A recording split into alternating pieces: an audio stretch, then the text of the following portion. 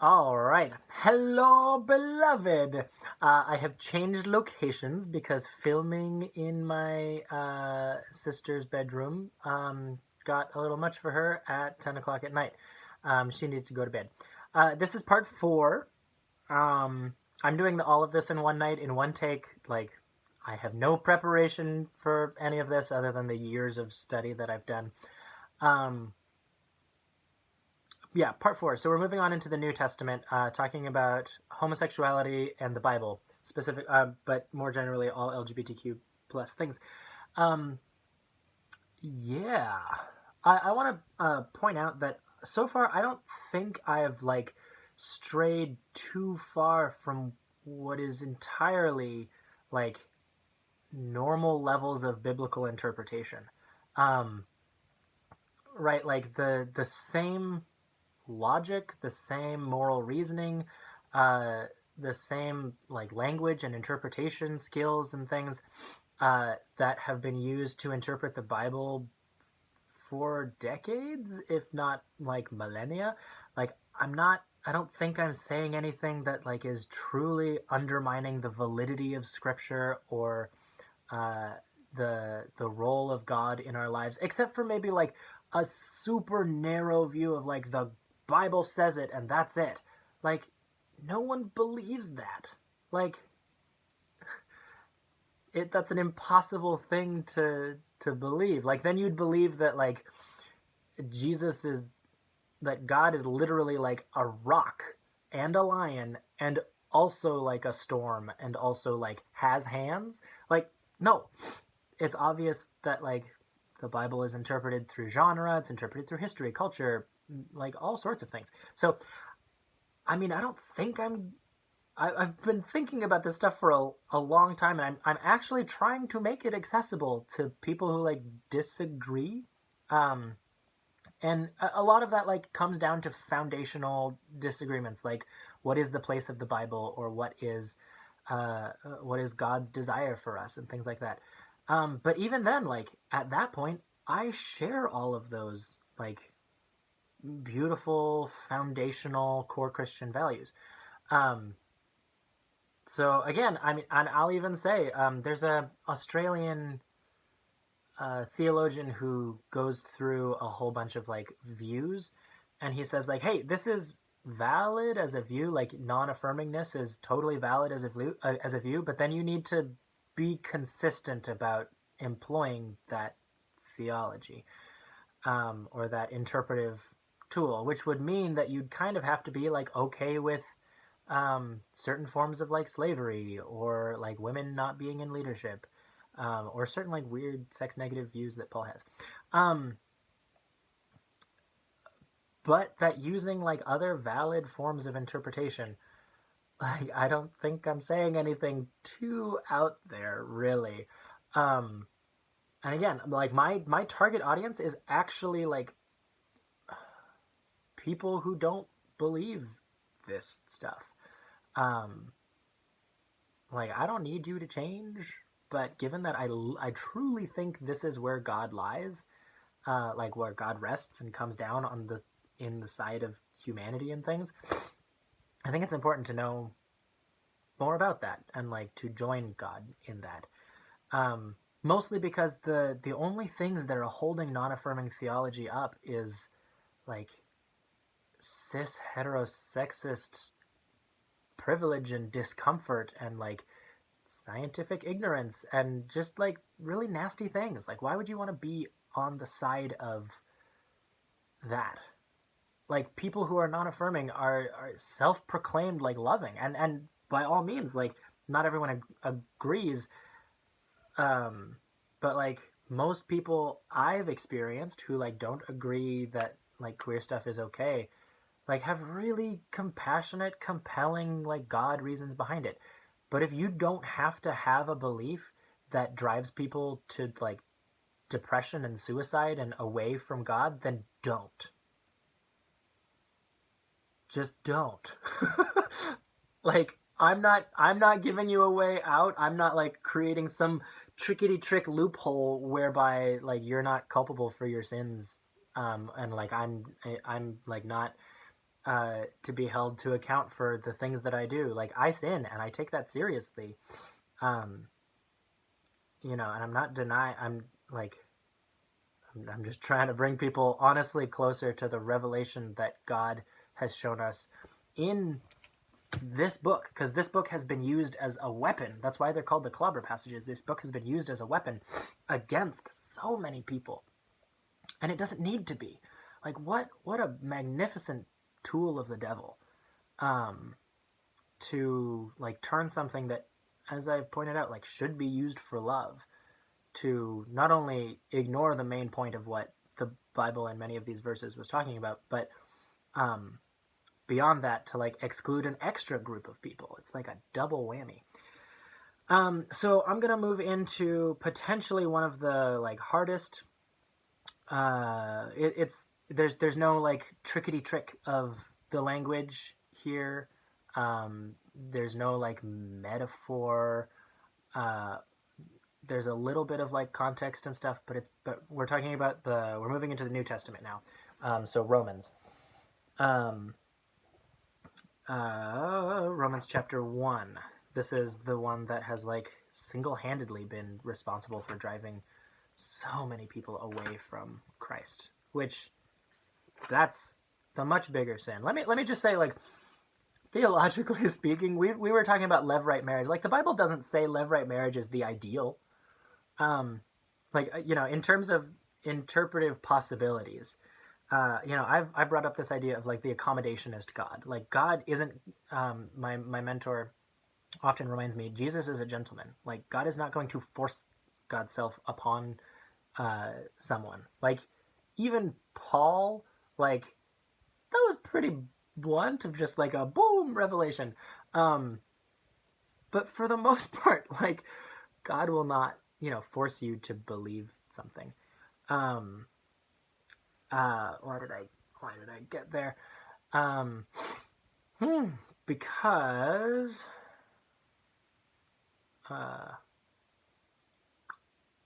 darn it, I don't remember. I'll just continue on. We're talking about Romans. Romans chapter 1. This is one of the books in my Bible that has like most of the second page is taken up by notes. Anyway, interpretive things. Tricky trick language. Yeah, I don't know. I'm gonna let it go. You should too. Sorry.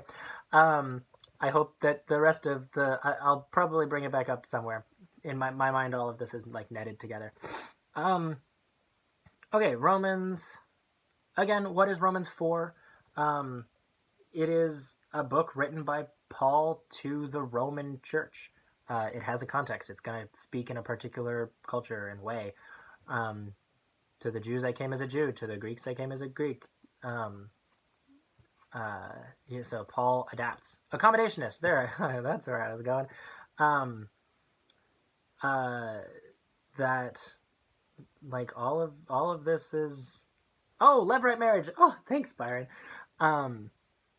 So just saying, like, at no point does God say, like, hey, Levirate marriage is the ideal. So maybe, in terms of other possibilities, maybe you don't think, like, gay marriage is ideal. But I'm sure you think it's better than, like, just random people having sex and stuff, without that sense of, like, biblical commitment that I think is relatively important.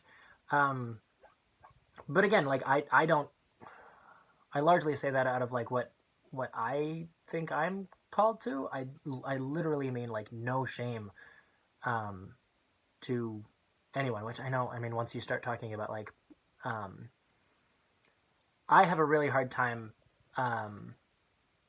talking with non-affirming people about the idea of polyamory, because I find that oftentimes the language that I end up using sounds frustratingly close to language that I have hated hearing, in terms of, like, well, it's not for me, but, like, I think most people shouldn't do it. And frankly, I think there's valid theological views that totally support polyamory too. Like, God is a multiple identity being, so to be in relationship with God is already to, like, kind of, and God's in relationship with multiple of us simultaneously, and we're gonna marry Jesus, like all of us. So, hey, I learned something also interesting kind of today that kind of sounded like a validation of polyamory, and I don't remember how or why. And again, like, let's do what is healthiest for people, physically and spiritually. So even if you're not down with the idea of like same-sex marriage, there's an Orthodox Christian service, like, what's the word? Whatever. That essentially like is kind of like a marriage, but it's between two guys. And if you can like be chill with a like same-sex union, that by all intents and purposes is marriage, like not only just politically, like monetarily because of tax reasons and stuff, like even by conservative people's own standards, like that's a vast improvement, and would probably cut down on rates of like suicide by a lot. So at least do that. That's what I mean by this whole like accommodationist thing. I think God is accommodationist, so it's probably not the worst thing in the world to be. Like Paul meeting the Jews as a Jew and the Greeks as a Greek. So, Romans.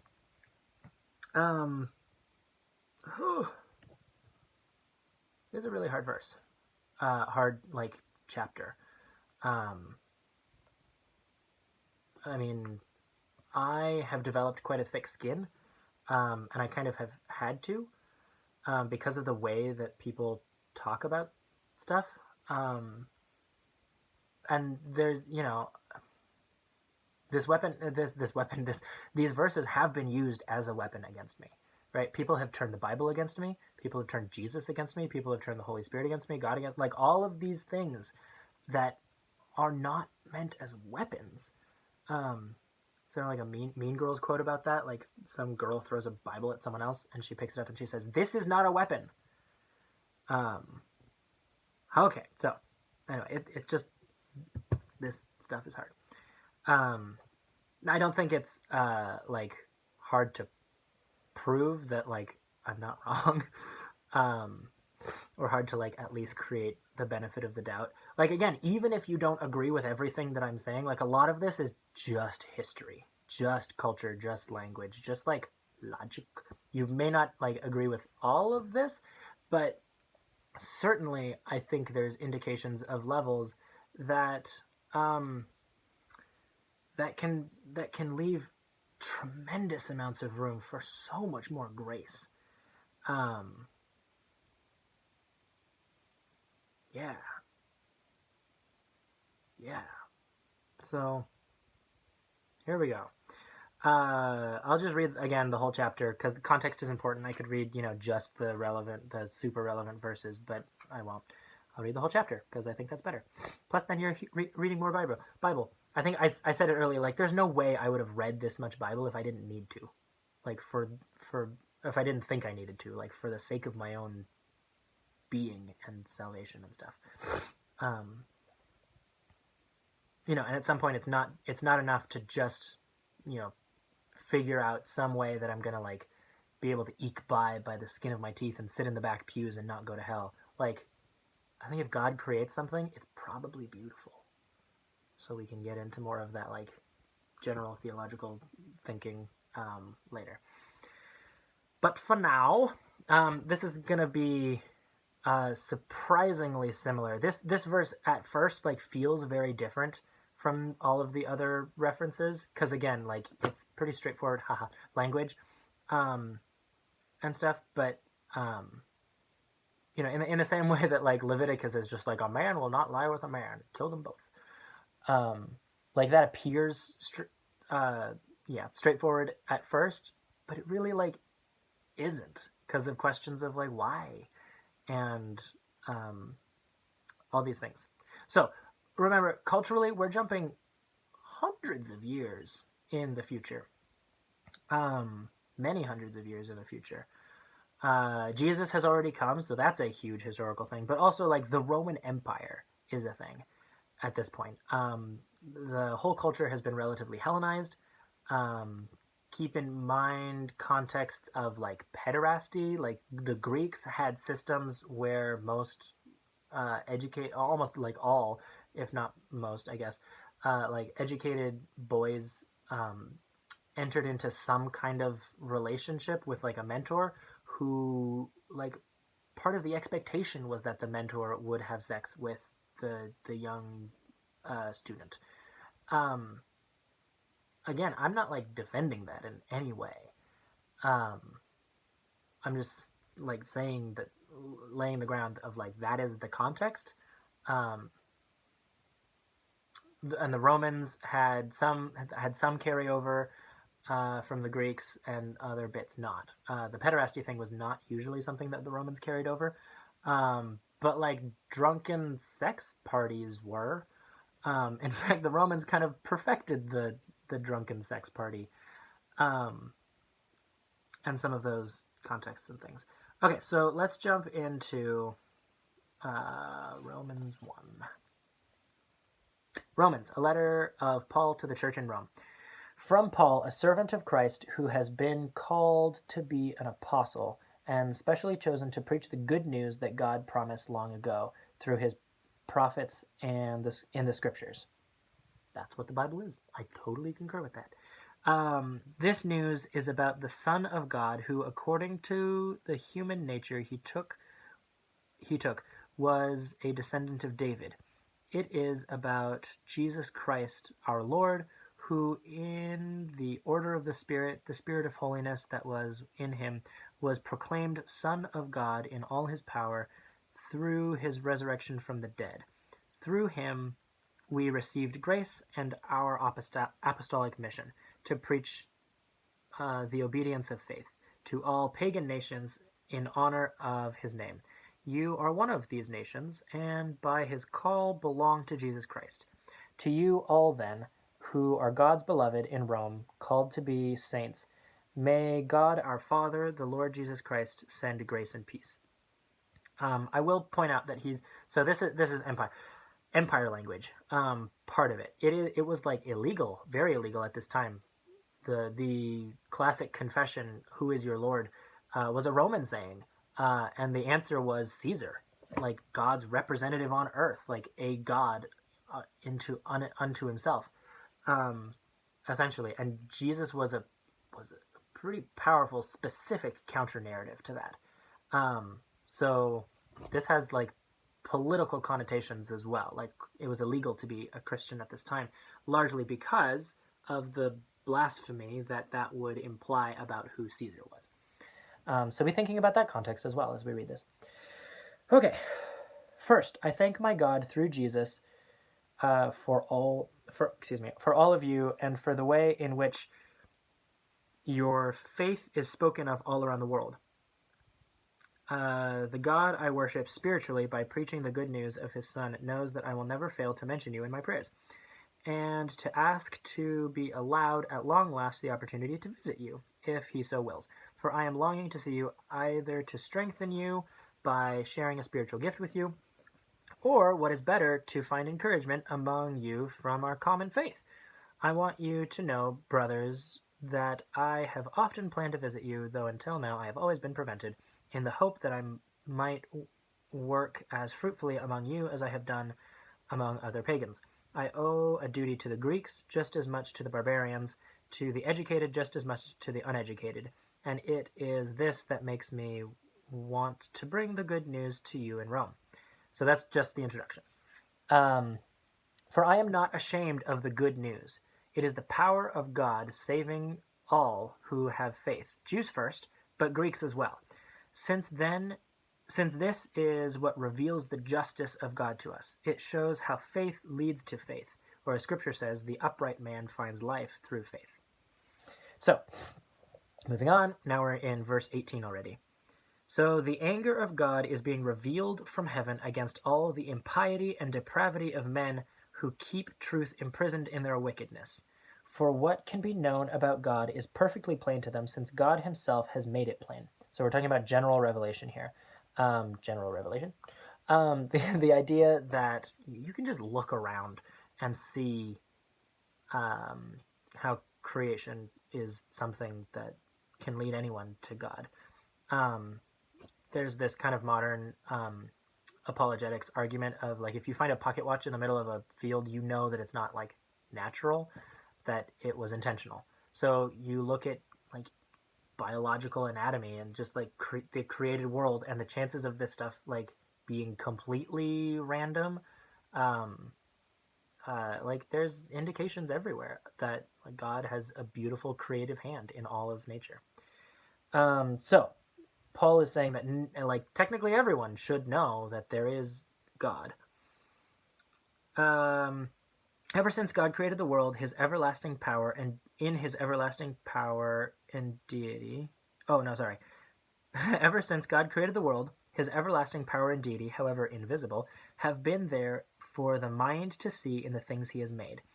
That is why such people are without excuse, the wicked people. They know God and yet refuse to honor him as God or to thank him. Instead, they made nonsense out of logic, and their empty minds were darkened.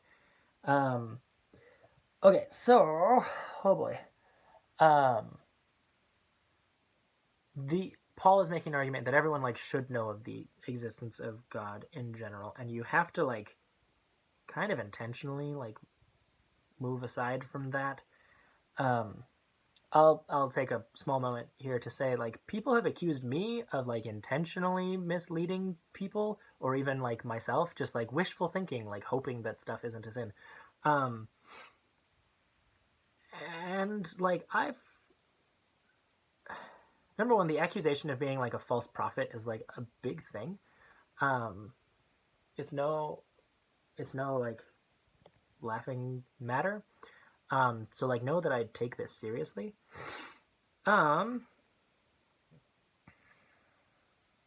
Yeah, the Bible also says a number of times this idea of like eyes that can't see, ears that can't hear.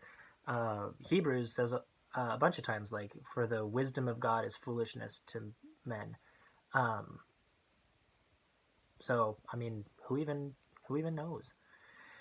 I think I wrote this in a letter to a non-affirming person once who had a bunch of questions of like, do you think it's possible that you're wrong?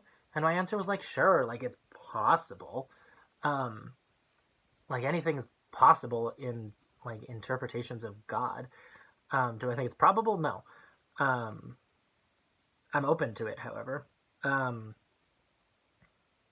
but like if I'm 100% wrong, like I am so deceived that like of what use is anything that I do?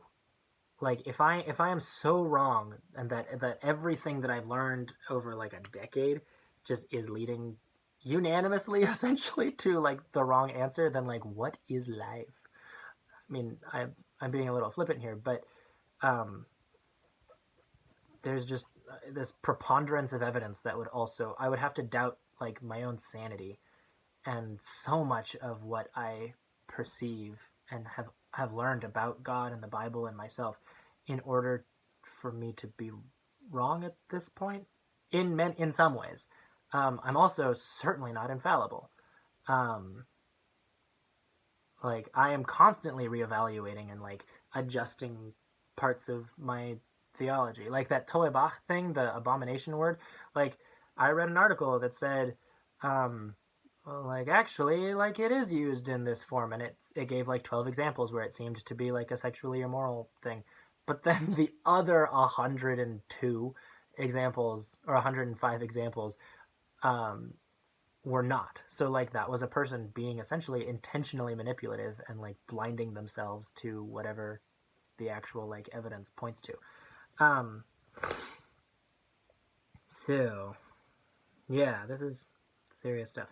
But anyway, hear what this kind of implies about what it has to mean in order for someone to like do gay stuff or be gay.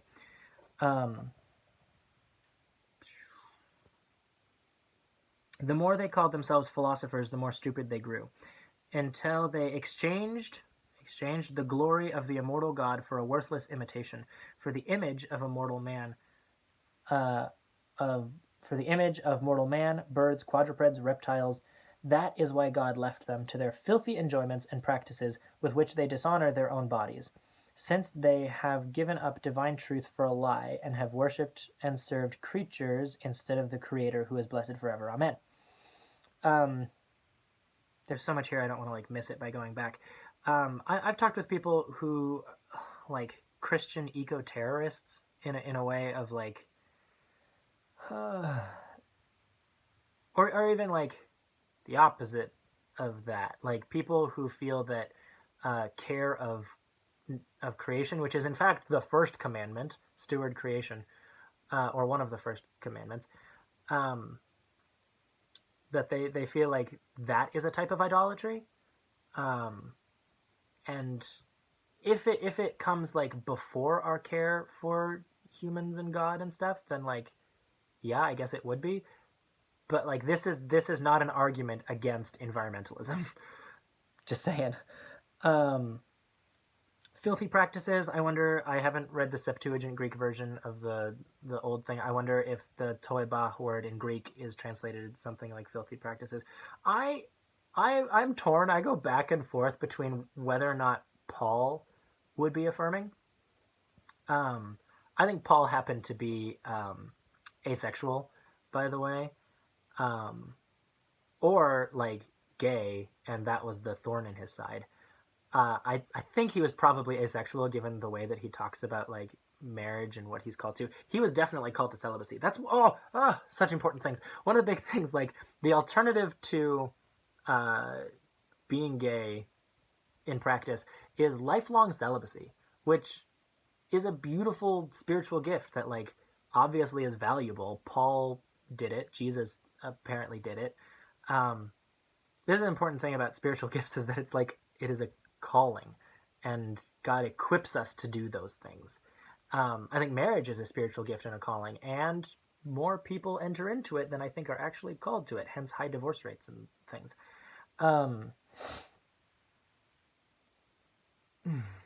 So anyway, like the alternative of lifelong unchosen celibacy, not just in like a sexual, like I can't have sex kind of thing, but like the relational loneliness, like that goes back way to early Genesis. Like it is not good for people to be alone. And if someone is called to celibacy, it will be flippin' obvious, I think, to them, and they will have the skills and capacity by the grace of God to like deal with that. So these are some of my thoughts about like who Paul was and stuff. Okay, Creator who is blessed forever and ever. Amen. 26. Also the specificity of what type of creatures these people are worshiping. Mortal man, birds, quadrupeds, reptiles. That's really specific. Like that doesn't seem to me like this random thing of like, for instance, like birds and reptiles and quadrupeds. Like I'm pretty sure Paul is referencing specific stuff. So 26. Here's the stuff. That is why God has abandoned them to degrading passions, why their women have turned from natural intercourse to unnatural practices, and why their menfolk have also given up natural intercourse to be consumed with passion for each other. Men doing shameless things with men and getting an appropriate reward for their perversion. Oh boy. Like every other word there is worth unpacking. So that is why. The first word in Greek, therefore, or there's one word for that. What does that mean? What is the therefore? I didn't make that up. I learned it from my youth pastor in college. What is the therefore? Well, it says that people knew God and abandoned that consciously to worship other stuff. And were stupid. Therefore, God abandoned them. The second word, abandoned. What does that even mean? Abandoned them. Who? Just the idol-worshipping people? Are they then the first people who this has ever happened to? Like every single word in here is worth dissecting. So therefore, what's therefore? Therefore, because they were idolatrous, God, abandoned them, gave them over is another way that it's often said. Does that mean God made them? or that God allowed them to be. Like, what does that mean?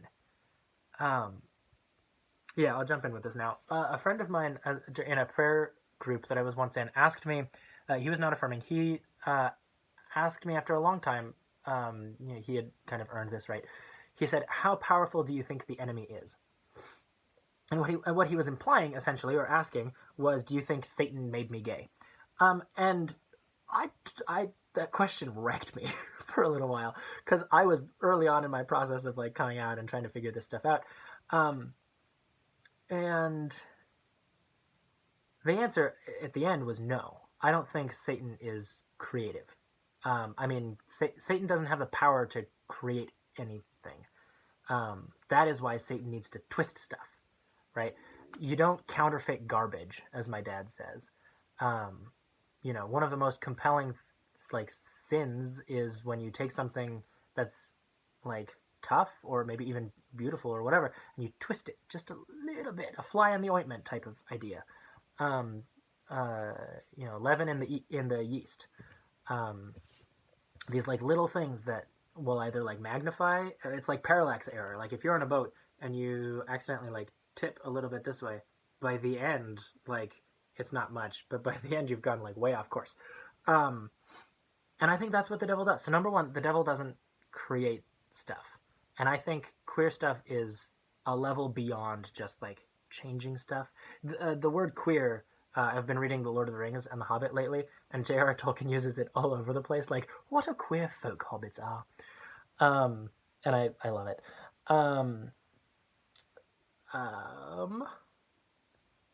But I think queerness is a thing in and of itself. It's not this like aberration or like weird divergence. Sigmund Freud had all of these ideas about like homosexuality and other things are like devolved or stunted versions of the whatever it is of heterosexuality, and I think that's bogus. So number one, how much power does the enemy really have? Well, the devil doesn't have the power to create stuff, and also not stuff that's so like beautiful. I mean, the devil is like the most pretty of angels, and I get it. Okay, so like that's not an absolute like statement. The devil does make stuff that is like attractive, but also like queerness certainly wasn't attractive to me initially, or most people initially. Like that is a hard earned fight, and view of self love and stuff. Why did I bring that up? I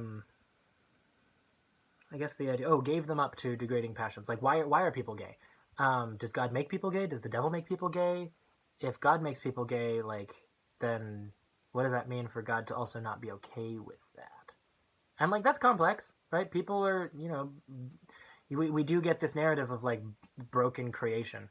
And some people are like, just because something's natural doesn't mean it's good. The word nature will come into this in a second. I'm just holding my Bible down here.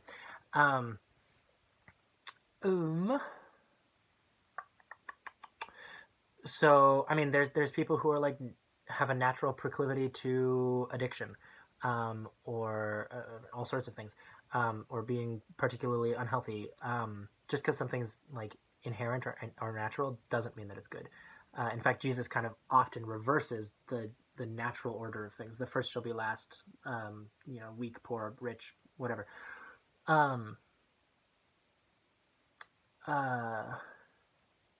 So there's that.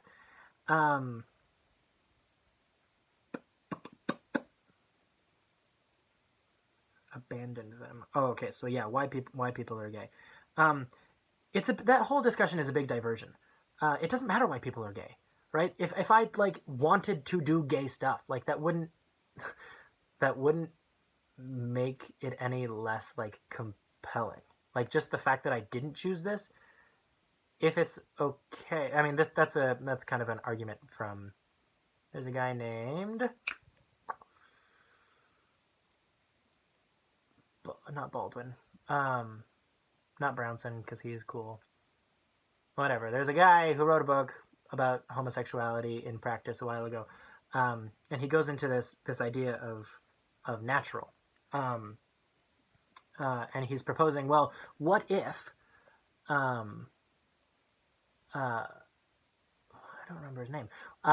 What if the unnatural thing was going against your own personal nature, and the unnatural thing was for heterosexual people to do gay things. And it would be natural, in fact, for a homosexual person to do homosexual things, or a bisexual person to do bisexual things. Again, some of these distinctions like fall apart, and honestly, I don't think Paul understood a concept of like homosexuality. This is, in fact, the first time that arguably lesbian stuff came in to the Bible. So, darn it, you almost got away with it. There's only one verse stopping you. And if you want to like interpret it away or whatever, like again, the idea of natural and what is considered like power and sex during that time, it's the natural order of things would be men being on top penetrating and women being on bottom being penetrated. There's still that distinction within the gay community, top bottom, and there's like ideas of power and stuff there too. It's possible that the women exchanged natural intercourse means that they just had like some kinky women who wanted to be doms and like be in charge of a sexual experience, either using like strap-ons or just like being topographically on top or whatever. Like that would have been seen as unnatural in Roman times. Now, both of these ideas are probably not it. Paul was definitely talking about like men having sex with men, and probably talking about women having sex with women as the issue. Again, does it fall into our like monogamous, consensual, mutual marriage like relationship? No, none of this does. Okay, so that is why God abandoned them to degrading passions. Degrading is another word that like already reveals that there's this like masculine ideal of what men do and what women do, and like this starts the shame connotation. My favorite verse in the Bible is Romans 10:11. For we know that in God there is no shame. Another translation is, for anyone who has put their faith in God will not be put to shame, or if anyone is in God, they will not be disappointed. Rather, we know that if anyone is in God, there is no shame. Anyway, so there's like two major interpretations of that. One is that God does not use shame as a tool. Like shame is the enemy's tool, so that's how much power the enemy has. And shame is a huge tool. Shame and insecurity, like, whew, those are huge. Because pride, and that's what we as humans are the most susceptible to, I think. But also the idea that if we put our trust in God, we won't be disappointed. Like that's a like Old Testament sounding cool kind of Proverbsy phrase. And in fact, that verse is copied from the Old Testament. But we're talking kind of a different type of shame now. We're talking like societal Roman shame, like class status and things type of shame. So degrading passions. Degrading is starting our conversation around shame. Passions. This is a word that literally means lust. Like there is no interpretation of this word that means like love. It means like love, like desire. It doesn't mean, like it means lust. It doesn't mean like the innate inclination that like I have as a bi man toward other men or toward women. I guess you have a question of like, can one be tempted toward love? Are you tempted toward a good thing? And that gets into this weird conversation about temptation. Like, okay, so you want examples of where like I entered into something and I like discovered I was wrong. So one of my huge theological, like favorite theological points is Jesus as divine empathy, like God incarnated as divine empathy, or empathy incarnated even. And So there's this like perfect idea that God never sinned, Jesus never sinned. Um, so I was in part of my attempt to like break down this action attraction duality. Um, I was thinking like, well, like what if temptation is a sin? And actually, there's still some uh, uh, credence room for that.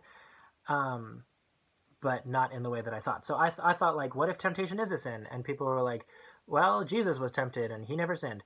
So I was like, sure. Certain translations say Jesus was tested. Um, in fact, it's the same word in Greek. So there's no like real distinction. So by all accounts, Jesus was tempted, and so temptation is not a sin. But it gets complex again because like lust. What is lust?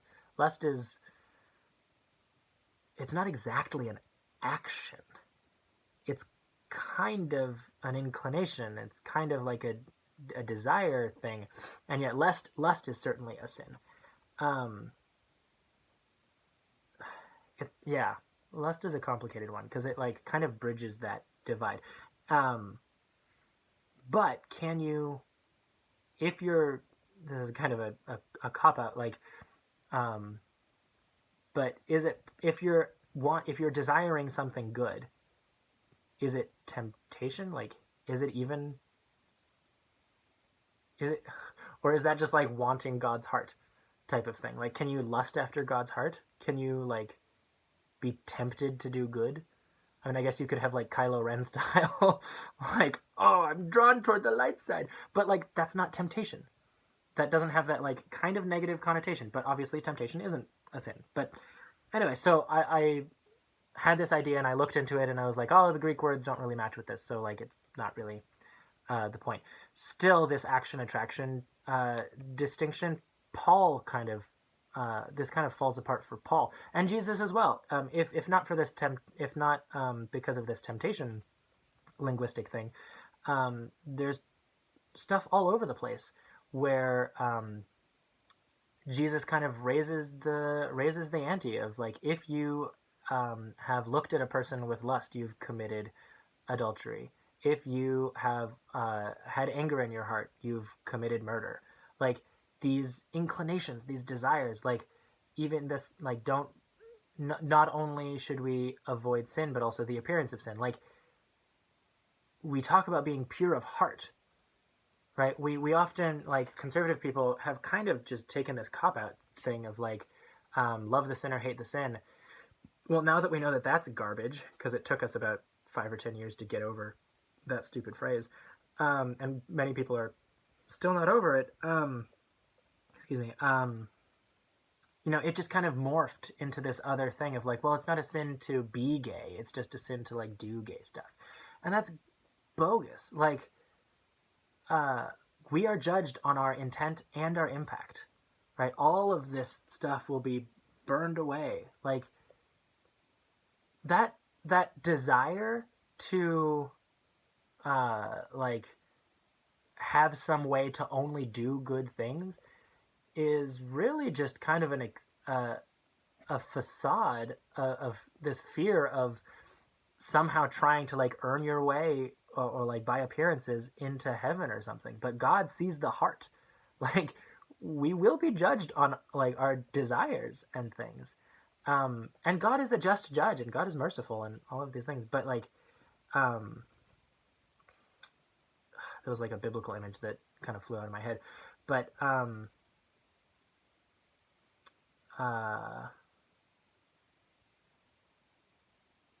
yeah, I mean, faith and works, right? So there's tons of things that like imply that. Oh, Old Testament, like intent versus impact. That's a huge deal with this whole conversation. Intent versus impact. Um, that like, oh, like I didn't actually do anything wrong. Like, I mean, I meant to like push him off a cliff, but like, I missed, or I like shot the gun, uh, but I missed. It would be a better image. You don't miss pushing people off cliffs. Silly Byron. But right, your intent is murderous. So you are culpable for murder, even if you don't do it. There's an Old Testament thing again, Genesis, yay, where Abraham is hanging out with the Pharaoh, and he does this like a couple times, and his son does this as well, um, uh, where he pretends that his wife is his sister because he thinks that she's so pretty that if someone sees her, they'll want to kill him and steal her from him. Um, and the Pharaoh, thinking that it's then okay to take her, takes her. So again, abuse of women's autonomy and rights. And God smites his kingdom with infertility and some other like problems. And Pharaoh's like, "What? I didn't do anything." And he's like, "Actually, you did." God is like, sorry. Oh, he. I try not to use he pronouns for God. And God was like, "Actually, you did. Um, like, you didn't know, so I'm not gonna like kill you for this, but she is Abraham's wife. So stop this, or I am gonna kill you." So like we are culpable for our intent and our impact, things known and unknown. Like that's in all sorts of prayers. So like to create this artificial distinction is just stupid. Um, it confess all your sins, confess all like the weird things of your heart. Like you don't get away with just like thinking about and how much therefore does that make it so much more obvious that we need Jesus's grace and redemption? And isn't that like the point? What is this? What is this idea of like creating this like half safe space of like, well, you can like connive, that you can connive and do all this evil stuff and still be safe. No, you can't be a bad person and be a Christian. Like faith and works, like orthodoxy, orthopraxy, like you need to do the stuff. But it starts with your heart. It's not what goes into a person that makes them unclean. It's what comes out. And what comes out of you passes through your heart. Not biologically speaking. Although in some ways, like cardiovascular, respiratory systems and all that. But to create this distinction that is just like really artificial, especially for like a bi person, like what is a gay action? Like I'm gonna pause on Romans for a second. What is a gay action? Like if I kiss my boyfriend, I don't have a boyfriend, I'm single. If I kiss my boyfriend, is that a gay action? The Bible doesn't say anything against like gay kissing. Technically, I mean, most people who are conservative or non-affirming or whatever have to, and it's really infantile, like have to fall down on, like fall into the, like come down on the like idea of literally like penetrative anal sex. Like that's what counts as the thing. That's the thing that's sinful. And that's just kind of infantile and ridiculous. Number one, like, that's not necessarily all of gay sex, just in case you didn't know. And that's not like women. Like, how do you have gay sex as a woman if your definition of gay sex is like penetrative male sex? Like, again, this is like kind of it's not vulgar. We're just talking about sex. That's a beautiful thing. But like, let's back up from then. Like, what if you, like, okay, so like gay cuddling, is that fine? What if it's like platonic cuddling? I tend to not think that such a thing exists. But like, I think friends like holding hands is, that's like a thing that exists. As a bi person, like, there's things about like sexual tension between, like, there's a common question I saw somewhere on the internet of, it was like, hey guys, do you think it's actually possible to be friends with a woman? I know, like, this is a weird question, and I'm sorry, ladies, if this like reveals what guys think about guys and girls and people and stuff. And someone was asking, like, do you think it's possible, or will there always be some sort of like sexual tension? And like, huh? Like, as a bi person, like, oh boy, like, if what counts as gay stuff is like any male interaction, if males are your preferred gender of attraction, like, then gay people like can't have male friends. But obviously that's like not true. Bi people can't have any friends then, because like, just hypothetically, this is ridiculous, of course, but like, if you accidentally kiss someone, like, is that gay? Like, someone like it all just kind of falls apart, and it's like silly. Um, this action attraction kind of differentiation. God will judge your heart. If you think you can get away with just like thinking about gay things, like um, if you're like in the closet or something, and you think like that's uh, like, okay, I will say, like, side B stuff, if you're called to that, like, more power to you. Like, actual celibacy is beautiful, and it's a gift, and it's a treasure to everyone, you and everyone around you. But if you're doing it out of shame, and like you still have these thoughts and stuff, and you feel shame about that, that's not actual peace or grace or like life abundant. It's kind of this idea of like, Paul says, if you like get circumcised just in case, like, that's worse. That's bad. Like, if that's where you are in your life, like, my heart goes out to you, because that's so much harder than like where you could be, and that is resting fully in God's love and embrace and grace. So like, this action attraction, and I'm gonna keep studying this and learning more. That's a particular one that's like a really real tough nut to crack. But like, the true side B people that I know, people who feel that they're called to celibacy and acknowledge their own sexuality and things, they celebrate, they revel in the gift that is their sexuality, or their inclination, their attractions, and they know that they're called to celibacy. But being gay is like not a way of being called to celibacy by itself or inherently. Okay. So this idea of like, why are people gay? Like, it's a big distraction, because people just are, and we can deal with that as we are now. I mean, I have a whole bunch of fun thoughts about fall theology and things, but then again, that'll be in later episodes. Wow, I just get more and more long-winded, y'all. It's already almost like it's 53 minutes and stuff. And I haven't even, like, I just read the key point of the passage. Okay. Therefore, God abandoned them to degrading passions. I think we unpacked most of those words. Why their women have turned from natural intercourse. So this is the first word that we see, nature. So let's jump into that. Nature, the Greek word here is physis or physis. It's the same root word as the word like physics, or physical or whatever. It means nature. And unfortunately, the word is as ambiguous in Greek as it is in English.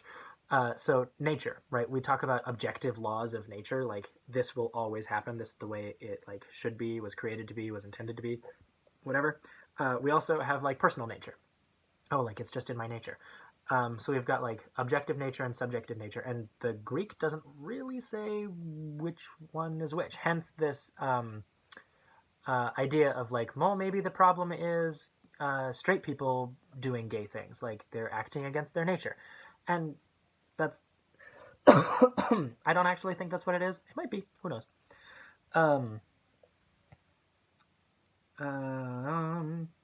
Okay, they turn from natural intercourse to unnatural practices.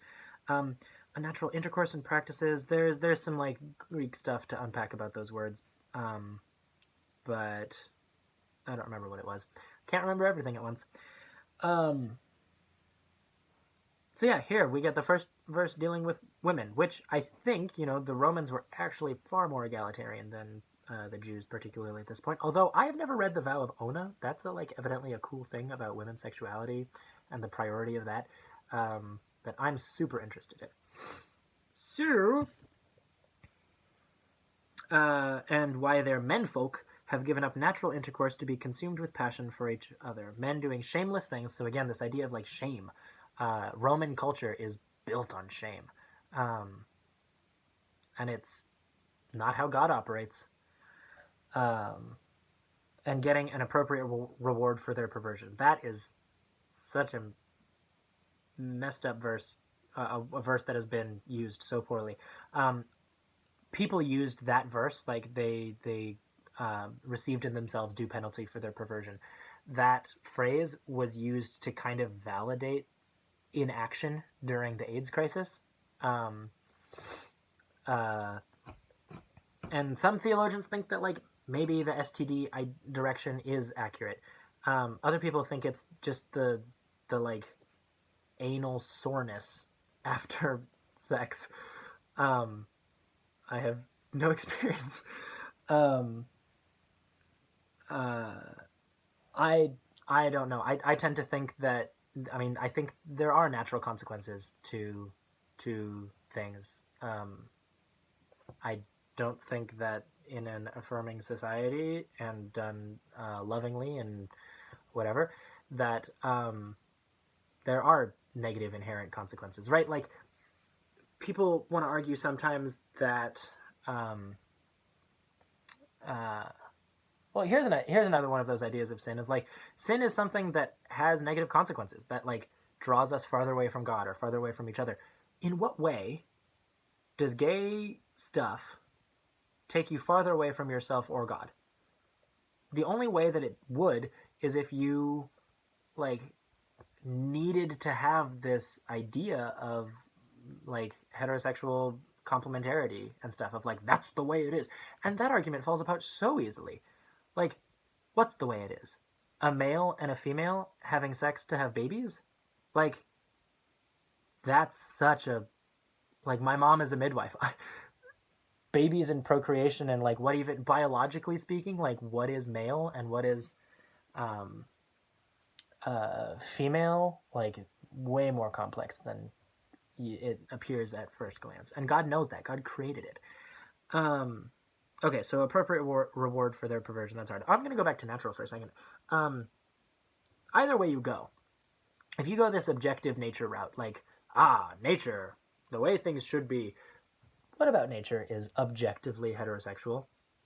Did you know, fun fact, clownfish. We're going to go to Finding Nemo for a second. The largest clownfish in a group of clownfish is the female. If she dies, the next largest male goes through this like fun puberty thing and becomes a female. So actually, according to Finding Nemo, Marlin should be Nemo's mom. So that's interesting. Like there are plenty of hermaphroditic organisms, asexual organisms. Like there are plenty of gay animals, and people are like, "Oh, we're not animals. We're animals. We happen to have been animals like chosen and special by God, or maybe we're not special. Who knows? Like maybe we have totally lost our ideas of, what, but we are in God's image. So I don't mean, sorry, that was a diversion. We are in God's image. We're special.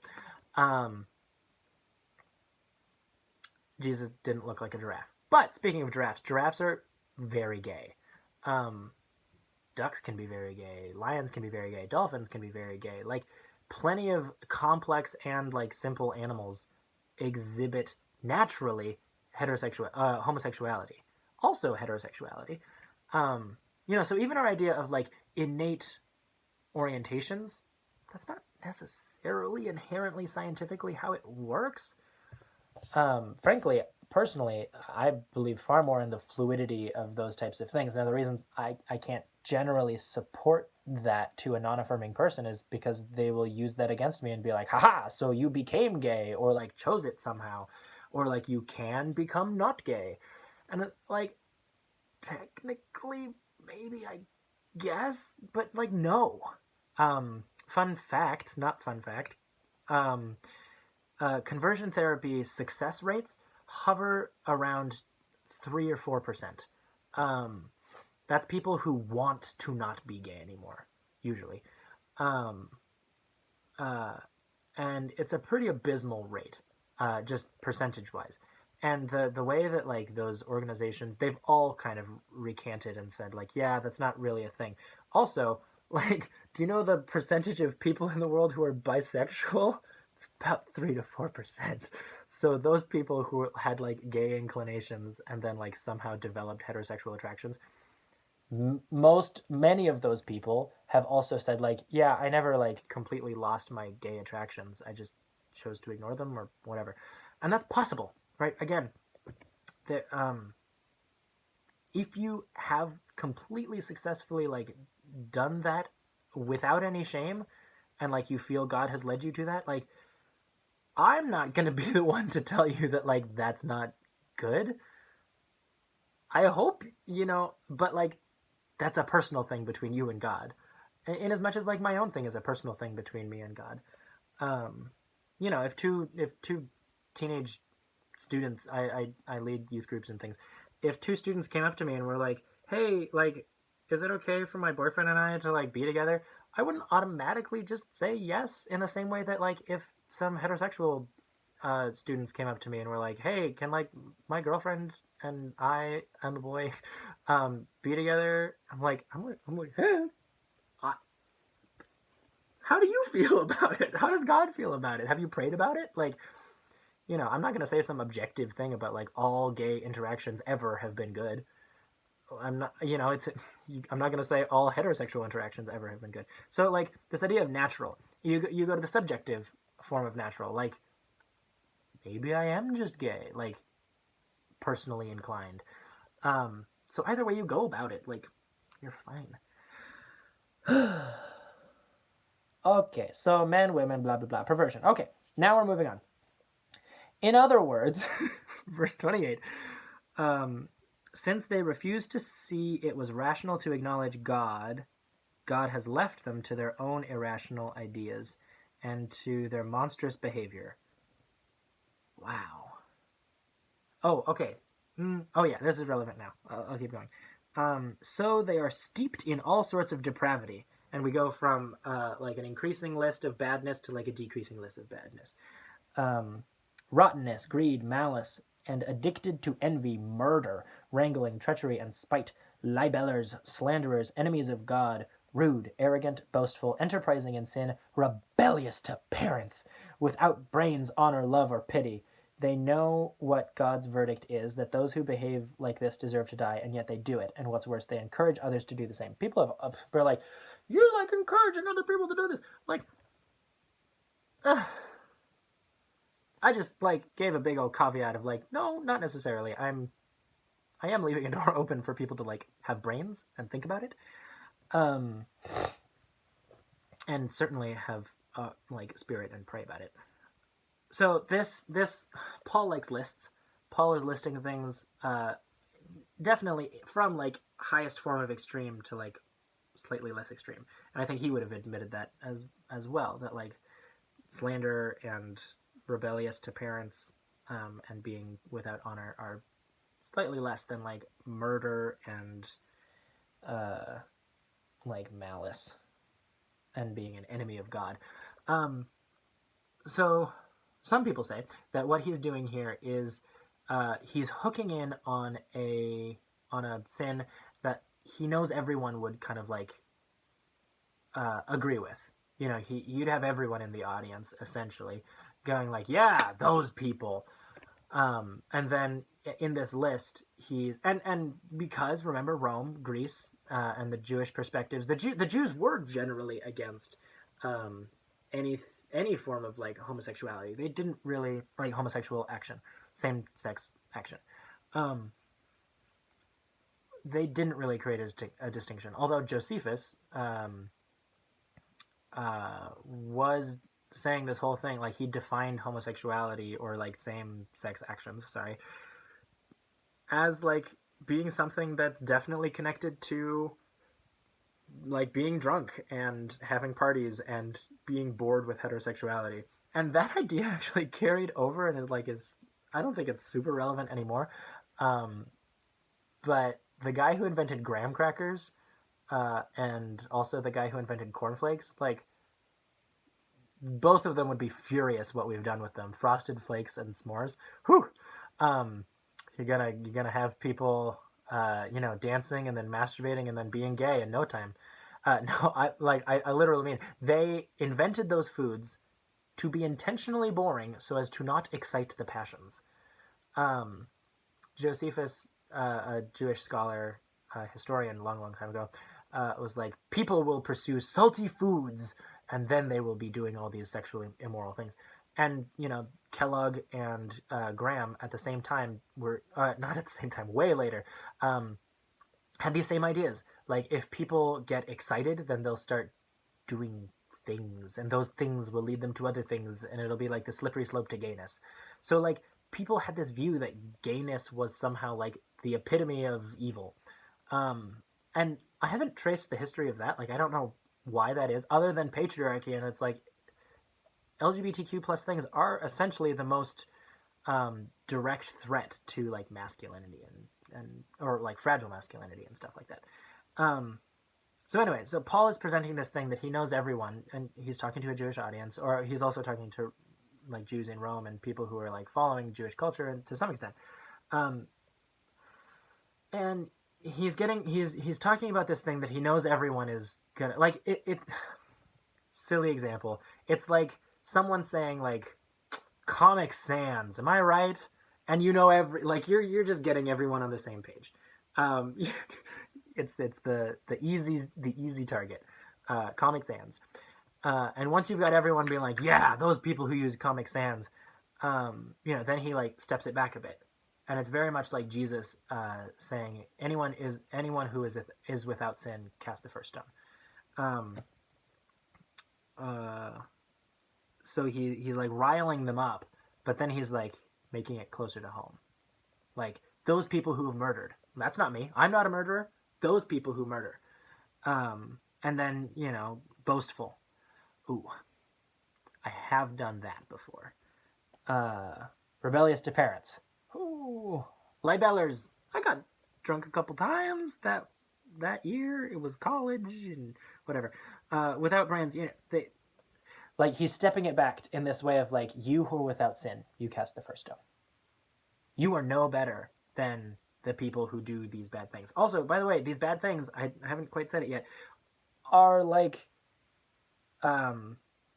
explicitly once again in the form of idolatry, right? Worshiping reptiles and things. Like there were like temple prostitution was also a big thing in Rome. This will pop up again later in our next section. So okay, and people often stop. I will remind people that chapter numbers and verse numbers didn't exist when this stuff was originally written. That's an artifice of modern times, or it developed a long time ago, but it wasn't in the original stuff. So people often stop at the end of chapter 1. I wish everyone would take just one more verse, but like also just read the whole thing. Read your Bible, folks. So they know that God's verdict. This is the end of chapter 1. They know that God's verdict is that those who behave like this deserve to die, and yet they do it. What's worse, they encourage others to do the same.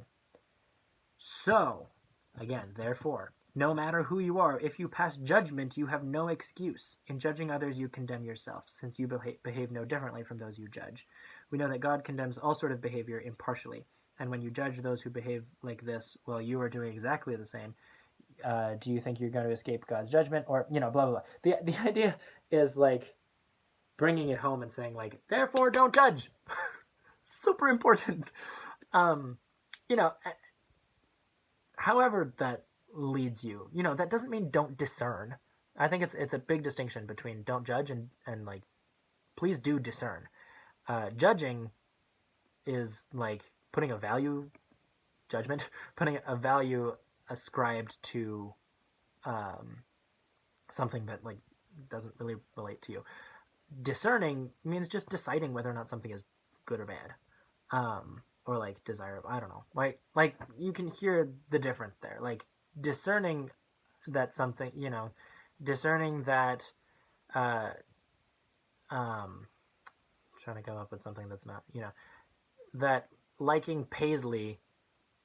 That's such a arbitrary, like, I don't know. Smoking is bad, okay? Like, I am not judging. I am discerning that smoking is bad, okay?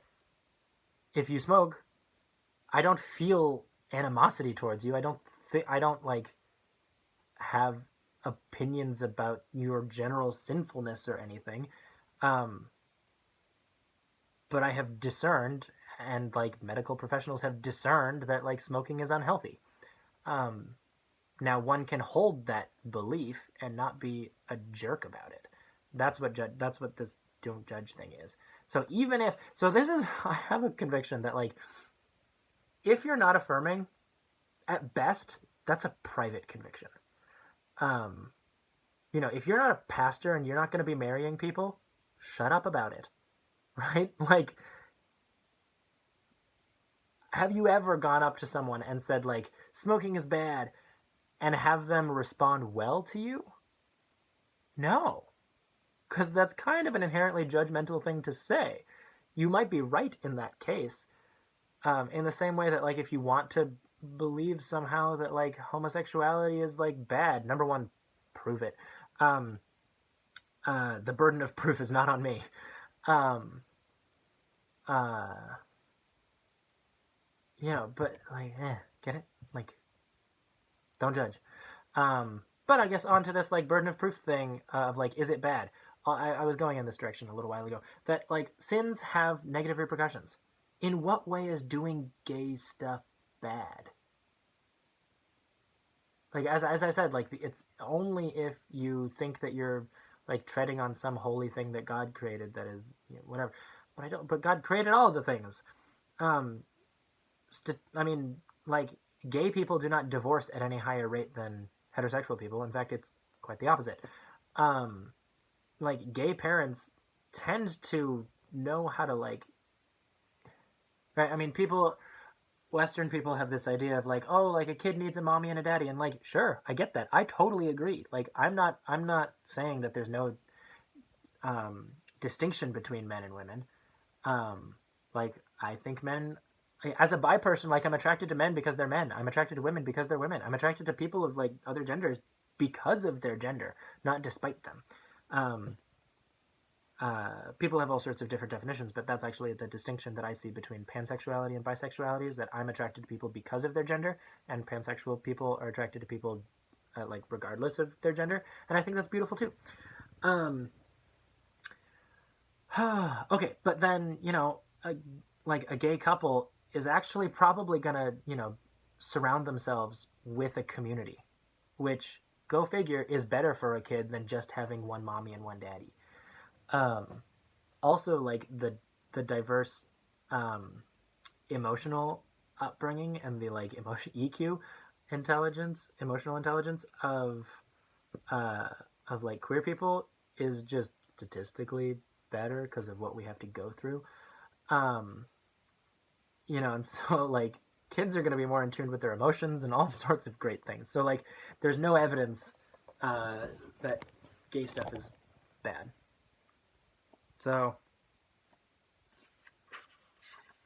Romans. Yeah. That one was also about an hour and 15 minutes. I don't think I have necessarily anything else to say on Romans.